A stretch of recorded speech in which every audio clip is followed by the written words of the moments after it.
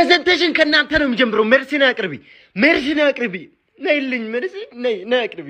እሺ እዚህ ጋር ቆም። ኦኬ እኛ የተሰጠን ርዕስ ስለ ፊዚዮሎጂ ነው። ቸር ቤቲ ተያተስቂኝ